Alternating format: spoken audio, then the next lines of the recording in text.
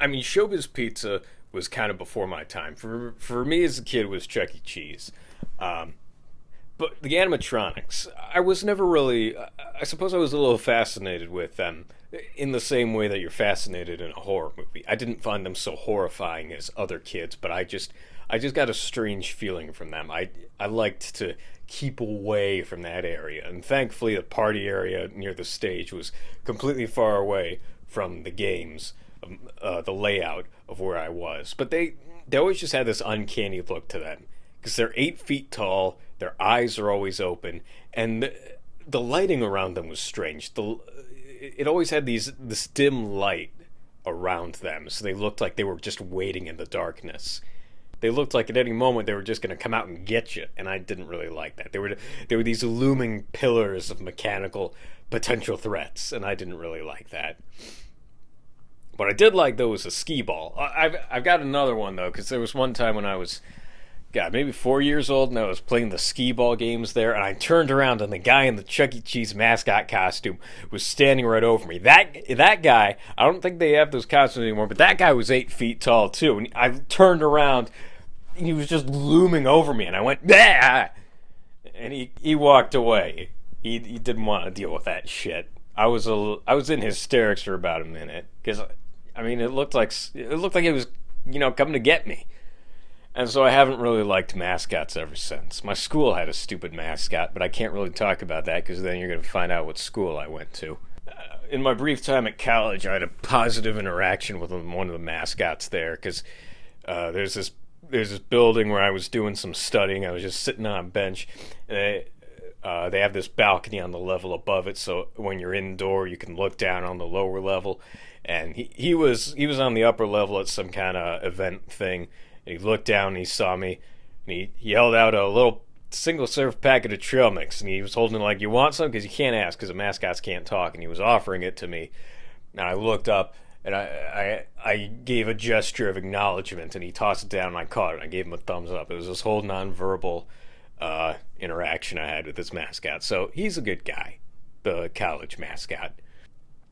Back to Chuck E. Cheese. They had this rail shooter there where you play as a firefighter, because you can't have a game at Chuck E. Cheese where you use a gun and shoot people, but you play as a firefighter, and you got the hose instead of the gun. You go in this burning building and have to put out the fires, and they had all this vibration stuff in it, so it goes and shakes you around when you're spewing the fire hose thing. And there was one part of the game I distinctly remember. This guy who was trapped in the building, he comes running out in front of you, and he's on fire, and he's going, "Ah! Ah!" And you have to spray him with the hose. And I don't know if it was the force of the hose or just structural integrity, but he falls over and falls 3 stories through this burning building. And even as a kid, I thought, man, this is some death metal shit for our age. But sadly, none of the other Chuck E. Cheese games were that cool. They were all just token eaters. But, that's the business. I never ate the pizza at Chuck E. Cheese either. I never really got the whole experience. The animatronics, the pizza, that wasn't my thing. I liked skee ball. Another thing I was fascinated by was that stamp they put on your hand that you could only see in the black light. I thought that was the coolest shit at that age. The college experience was a little bit uneventful for me. I didn't really go there for very long. Hang on, I jotted down some stuff I wanted to talk about in that regard. Let me see, where are you? Where are you, you foul creature? I'm gonna cut out your heart. I'm gonna break all your ribs and eat your intestines. I'm gonna use your bodily fluids to lubricate the... Oh no, I wrote down notes about my high school experience, not about my college experience. I don't drink coffee anymore, but I remember I used to drink coffee every day to get myself through the day in my short time at college. My favorite place to get coffee was the Dunkin' Donuts kiosk in one of the big study buildings. I'm not sponsored by Dunkin' Donuts, so to even things out, fuck Dunkin' Donuts. Alright, going ahead further. Yeah, I used to get coffee at this little kiosk, and the guy there who worked there in the mornings, he just always looked at me with this contempt in his eyes, and this very monotone voice. And I know that was out of the ordinary for him, because when he talked to the other students, he was all, "Oh, hey, how you doing?" Shit like that. Real alive, but he turned into a corpse when he saw me. But he always just did, had that monotone. Going back to animatronics, he was very, cold and robotic. And I can remember one time when he was giving me my change and he snorted up a snotty nugget. And it sounded like... except you could hear the sound of, something being dislodged down his throat. Let's just say that this kiosk guy probably, puts his, snot rockets in your damn coffee. Think about that right now. You're drinking coffee right now and you're imagining it. Ha ha! I am the master of your mind. I live in your brain and press the buttons and make you think shit. You're gonna remember me at the most inconvenient of times, and you're gonna think, "Oh, that guy."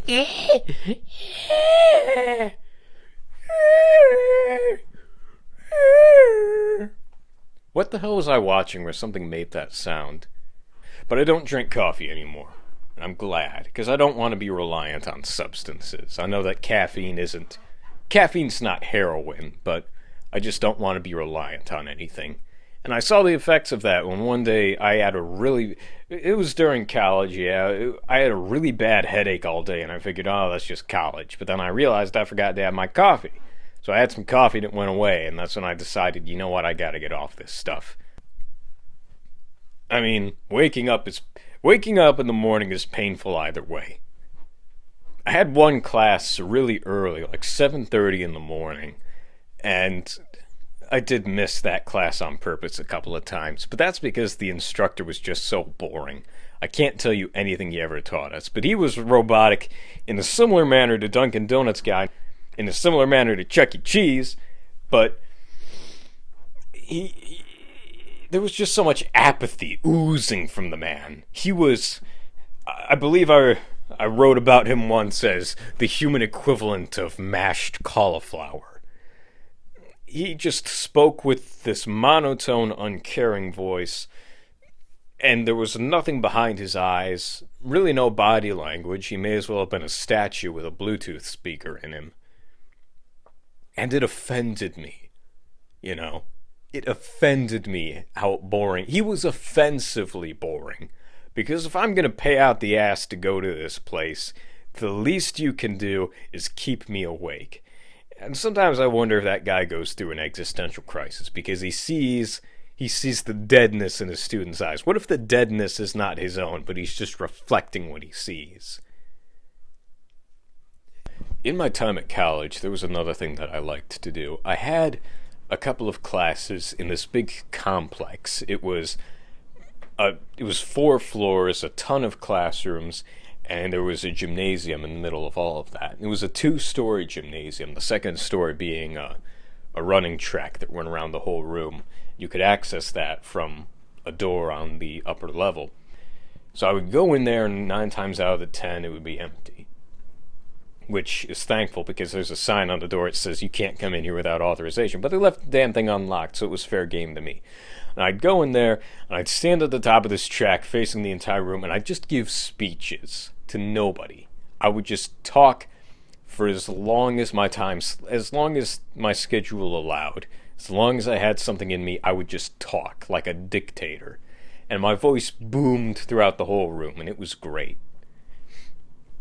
I really wish I'd recorded some of those sessions, or written some of them down at least. I think my favorite one was when I went on a whole spiel about why you don't need to buy toilet paper if you own a dog.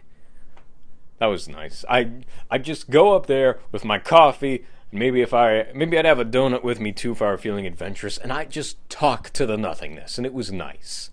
It was great.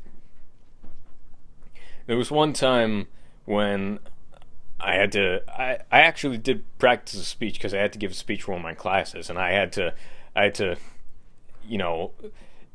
get rid of all my jitters because I was feeling really jittery.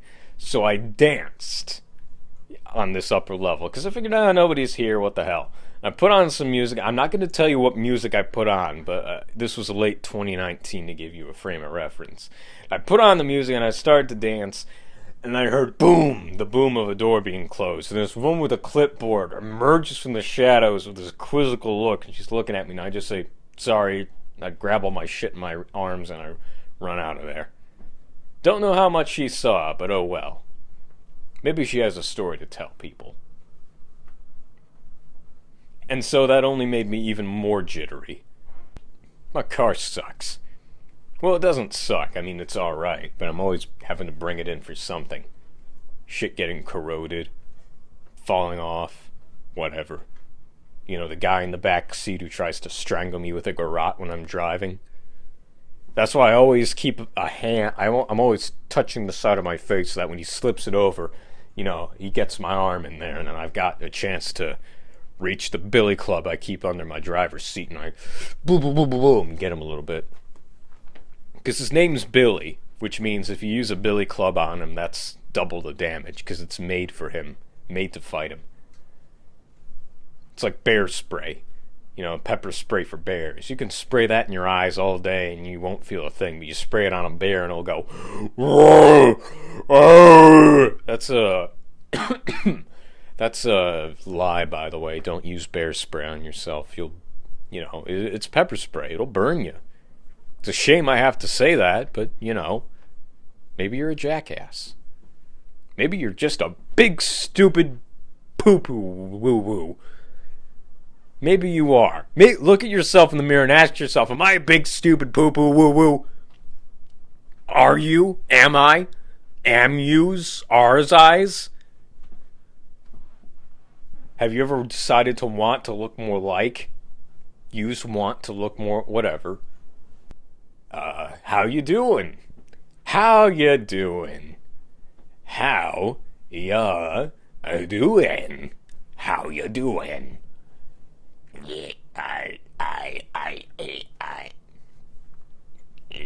You know what they need to bring back? Arcades. I've been thinking about that since I talked about Chuck E. Cheese. They need to bring back real arcades. As a kid, I went to this water park that had a great arcade in there.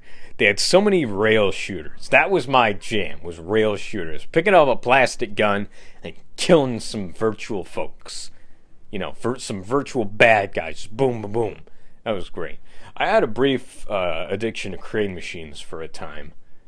And my mother did not encourage me putting so many quarters into those things. You know, both of my brothers bowled in high school. So I went to all these bowling alleys, and all the bowling alleys had crane machines. And my mother discouraged me playing on the crane machines. But I got some out of it. And that's how a gambling addiction starts.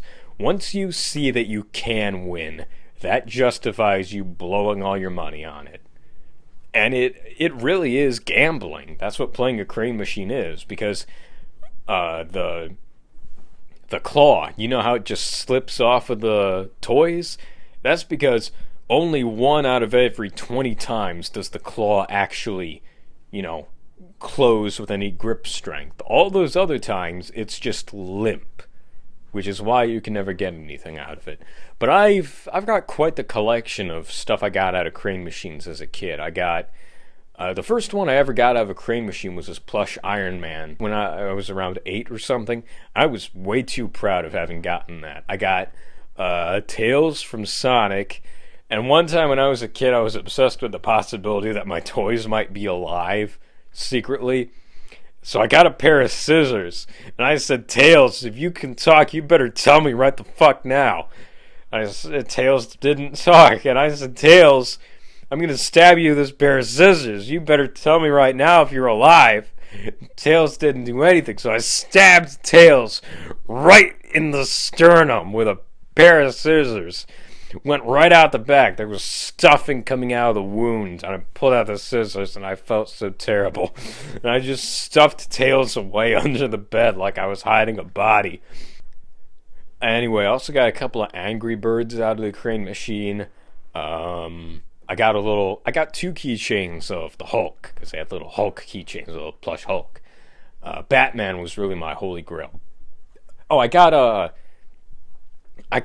black suit Spider-Man from Spider-Man 3, because I guess somebody who stocked the crane machines must have had a surplus, because there were a bunch of Sam Raimi Spider-Men in there.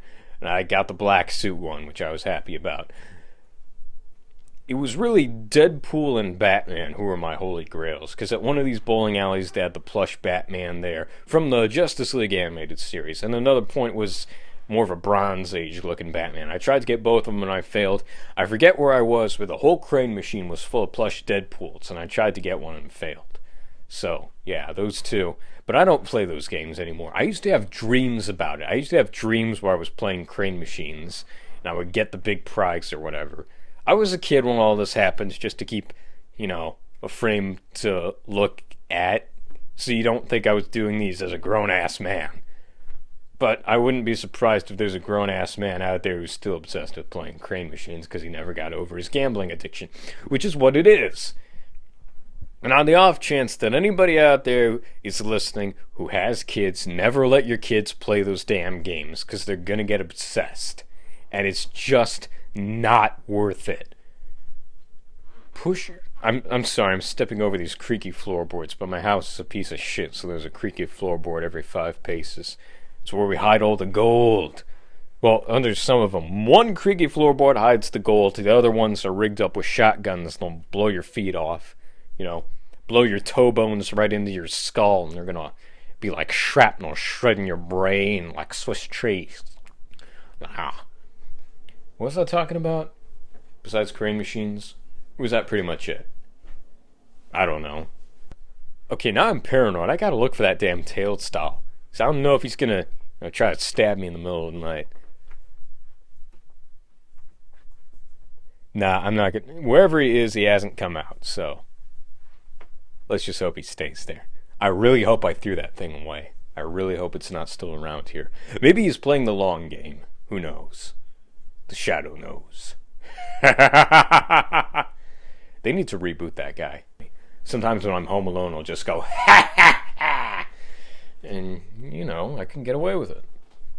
What can you get away with? Have you been sleeping around on your wife? Are you getting away with that? Did you murder a dog? Did you run it over with your car on purpose or by accident? Did you get away with that? Did you get away with insurance fraud? Did you murder a man? You killed him in an alley where there were no security cameras. You picked up your brass and ran. It was a bad neighborhood, so nobody's going to call that in anyway. Did you get away with that?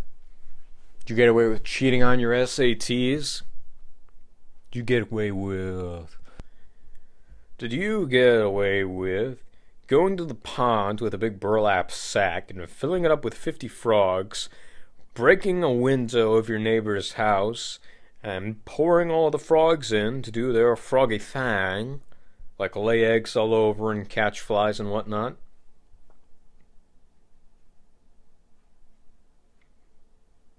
What if you could have what if you could breed flies that were big enough to eat frogs? What if you have frogs and flies in the same environment, and then backing up the flies, you got flies that are big enough to eat regular-sized frogs, and then backing up the frogs are frogs big enough to eat the frog regular-sized eating flies.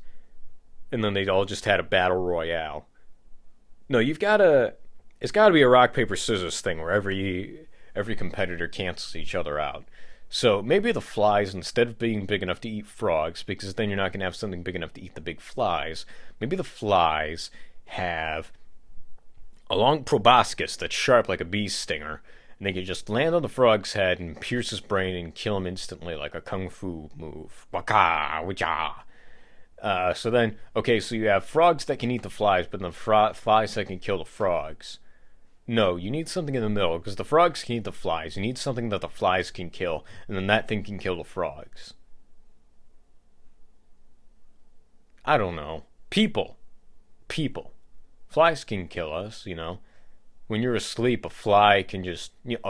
50 flies could go up your nose and suffocate you while you're asleep. That could happen. The other day, I was in my basement, and this spider the size of my palm starts descending from the ceiling, and it's wiggling around like a big hand, like a big hairy hand. And I said, what the fuck? As soon as that thing landed on the ground, I picked up a can of tuna and just obliterated the son of a bitch. But now I'm wondering, where the hell did that thing come from? That's the biggest damn spider I've ever seen that's not on Animal Planet. Are there more of them in this house? Imagine you go to sleep and you feel one of those things crawling up your back, crawling down your back and down your ass crack.